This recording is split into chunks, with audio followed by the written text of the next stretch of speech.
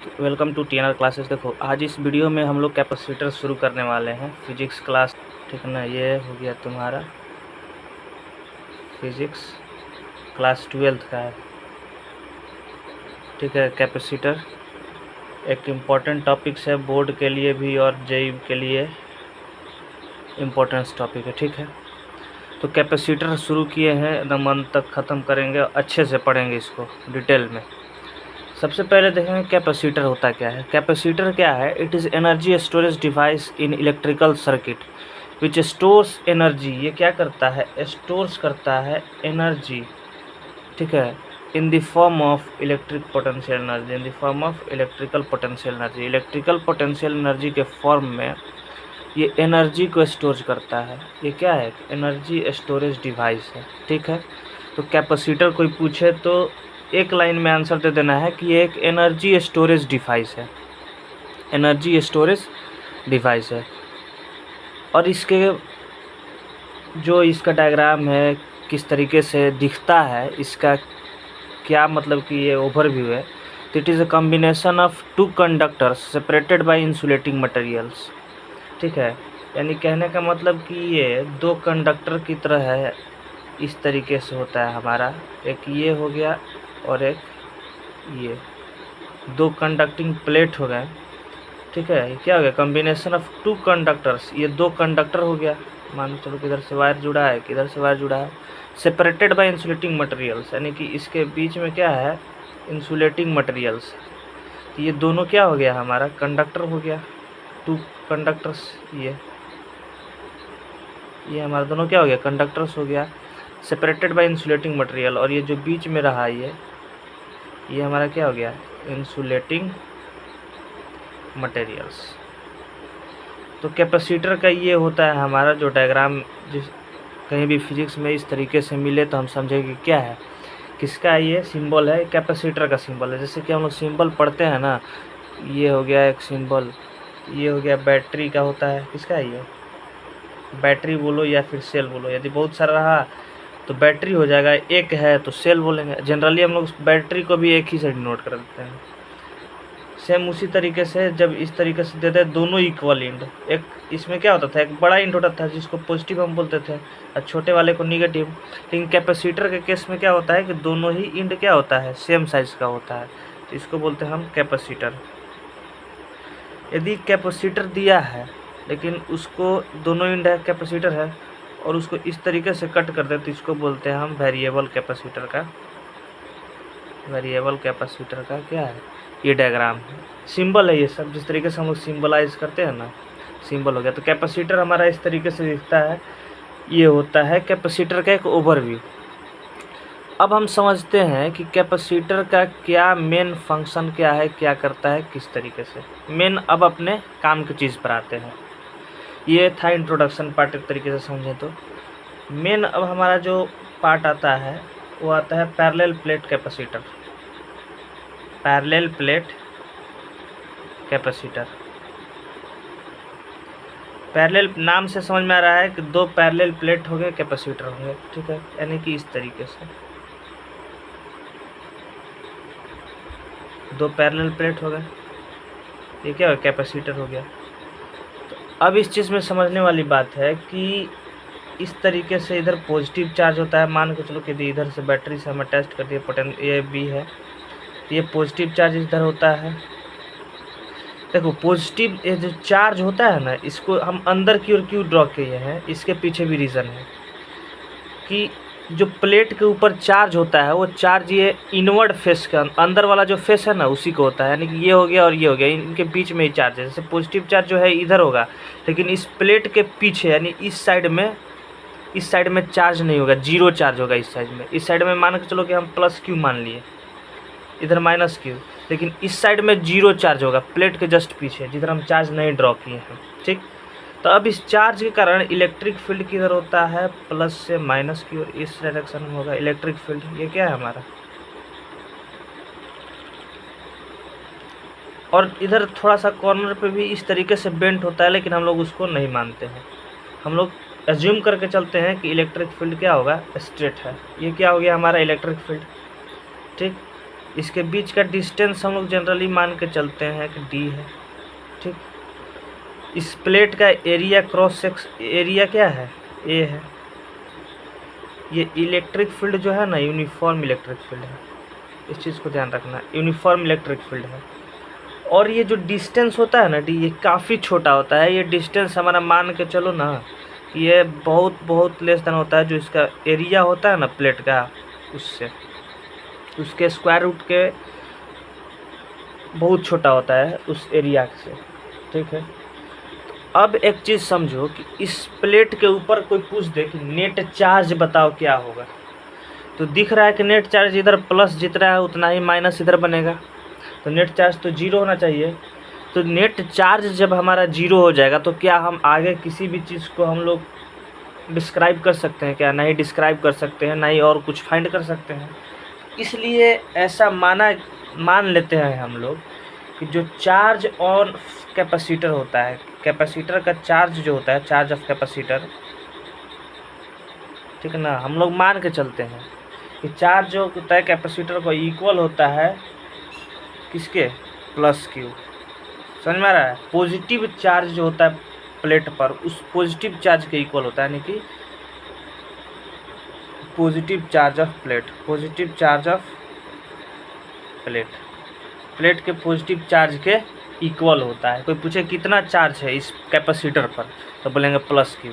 क्या बोल देंगे? Plus Q. इलेक्ट्रिक फील्ड की कोई बात करें, इलेक्ट्रिक फील्ड, तो इलेक्ट्रिक फील्ड के केस में हम लोग क्या करते हैं, इधर मान लो कहीं यहाँ इस पॉइंट पे इलेक्ट्रिक फील्ड लिखना है, तो प्लस के कारण इधर और इस माइनस के कारण भी इधर, और प्लेट के कारण या चार्ज शीट बोले या प्लेट बोले, उसके कारण जो इलेक्ट्रिक फील्ड होता है वो होता है sigma by 2 epsilon not. Just बगल में दो है, एक तो प्लस के कारण एक माइनस के कारण, तो इंटू 2, ये क्या हो जाएगा सिग्मा बाई एप्सिलॉन नॉट। ये 2 से 2 कैंसिल हो जाएगा, sigma by epsilon not. Sigma को क्या लिख देंगे, क्यू, क्यू बाई ए होता है सिग्मा और एप्सिलॉन नॉट। इलेक्ट्रिक फील्ड हो गया हमारा ये। पूछे कि कैपेसिटर का इलेक्ट्रिक फील्ड क्या होता है, तो हम बोल देंगे ये Q by epsilon not. Potential difference की बात करें, देखो जो लोग पढ़ा होगा इलेक्ट्रोस्टैटिक्स अच्छे से, उसके लिए कैपेसिटर अभी जो चल रहा है बहुत स्मूथली है। पूरा कैपेसिटर जो पढ़ा है हमने अभी तक इलेक्ट्रोस्टैटिक्स में वही चलना है। देखेंगे यदि टाइम मिले तो इलेक्ट्रोस्टैटिक्स का भी वीडियो अच्छे ढंग से चलेगा उसका भी, लेकिन अभी टाइम है। तो VAB potential difference across A और B के अक्रॉस पोटेंशियल डिफरेंस। अच्छा, पोटेंशियल डिफरेंस हम जो इलेक्ट्रोस्टैटिक्स अच्छे से पढ़ेंगे पता होगा उनको कि पोटेंशियल डिफरेंस होता है इलेक्ट्रिक फील्ड इंटू D होता है।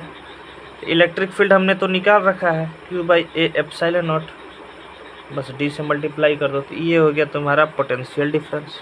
इसको याद रखना है, ये यूज होता है। यानी कि एक चीज़ हम ध्यान दें, जो हमारा पोटेंशियल डिफरेंस है वो डायरेक्टली प्रोपोर्शनल टू क्यू बोल सकते हैं। इससे से देखो potential difference directly proportional to Q, बाकी सब तो कांस्टेंट है D by A epsilon not. इसको याद रखना कि पोटेंशियल डिफरेंस जो है इसके इक्वल होता है, सॉरी डायरेक्टली प्रोपोर्शनल होता है चार्ज के, ठीक है। अब एक बात समझो कि कैपेसिटेंस क्या होता है, जिसके बारे में अभी तक हमने नहीं समझा। कैपेसिटेंस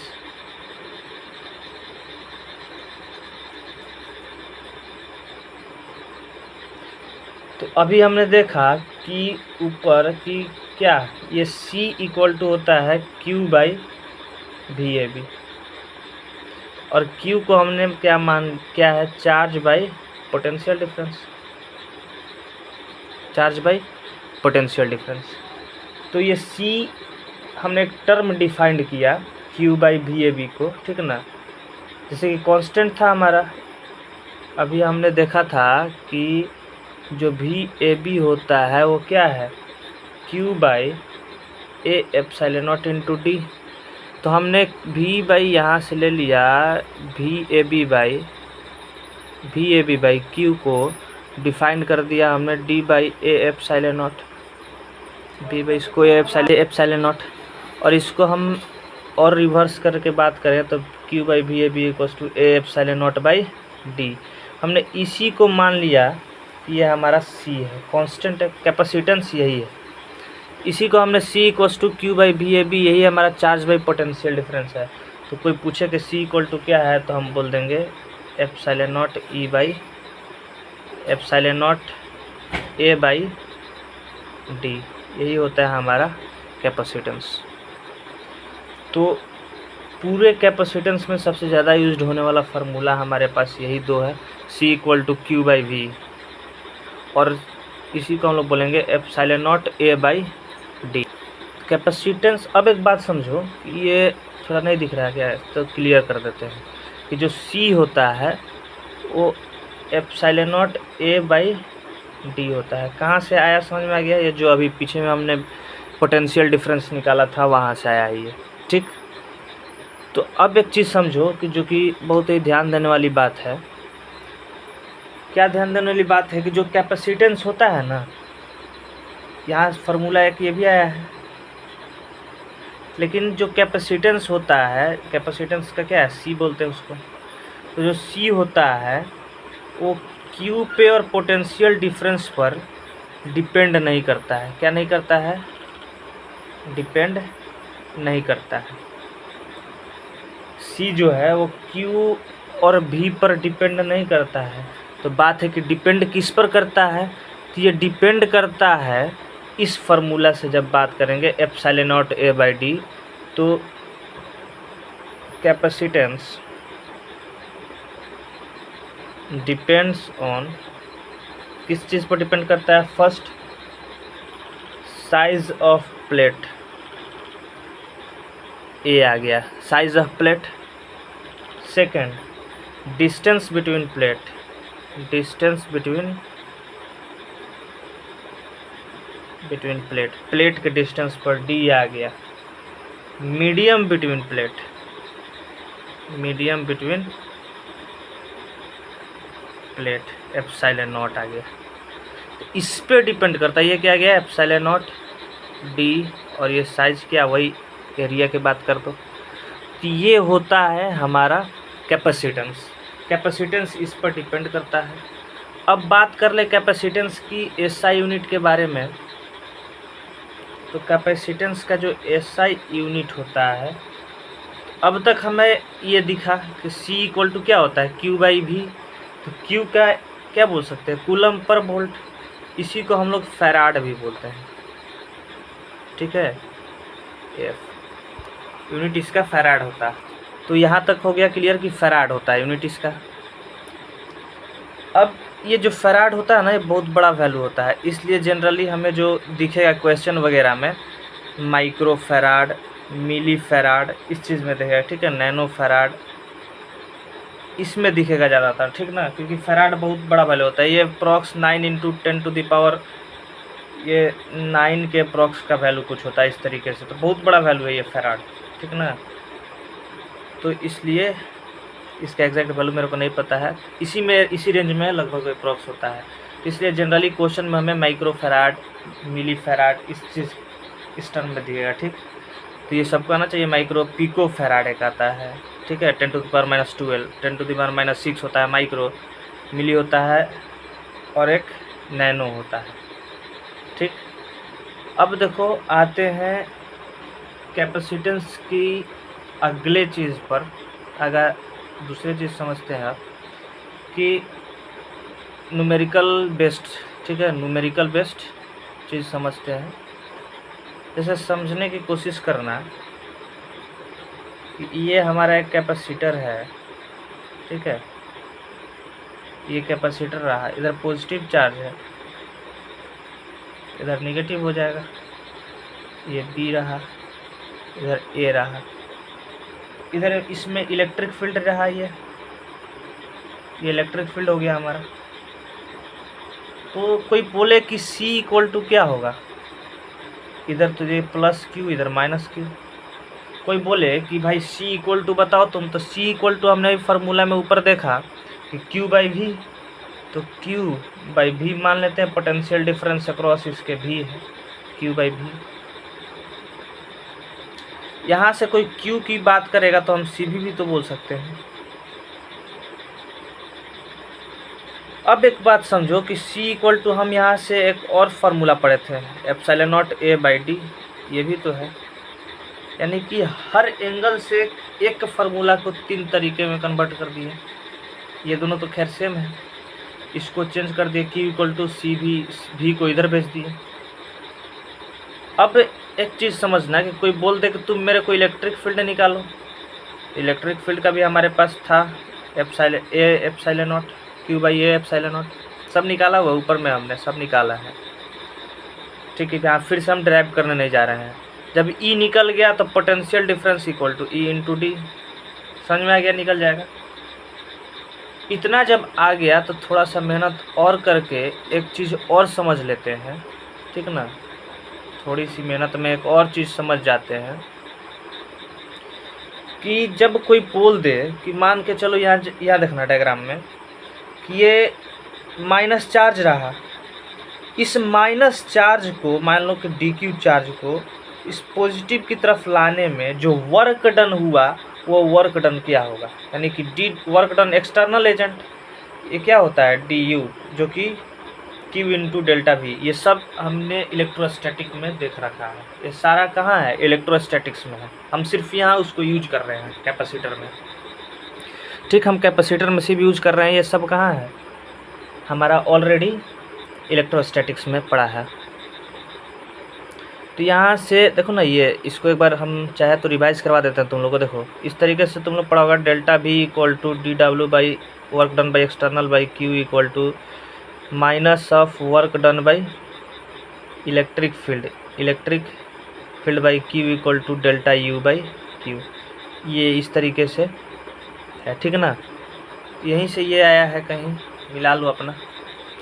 तो इसको हम क्या करेंगे कि DU इक्वल टू क्या लिख सकते हैं, Q है तो DQ into potential difference delta V, तो V अक्रॉस A भी मान लेते हैं कि potential difference delta V equal to V भी लिख सकते हैं, उससे कोई फ़र्क नहीं पड़ने वाला है। ये इसका मतलब भी यही है, डेल्टा V तभी लिखे हैं। DQ इंटू पोटेंशियल डिफरेंस क्या होता है, यहाँ से देखो V निकालना है, V को इधर भेज दो या V यहीं रख दो, तो Q बाई C, यानी कि DU इक्वल टू बात करेंगे तो 1/C Q dQ, इसको इंटीग्रेट कर दो। U क्या है, पोटेंशियल एनर्जी की बात है, ये एनर्जी है U। ठीक, U क्या है, एनर्जी है। तो 0 से U तक हमने इंटीग्रेट किया, Q को 0 से Q तक।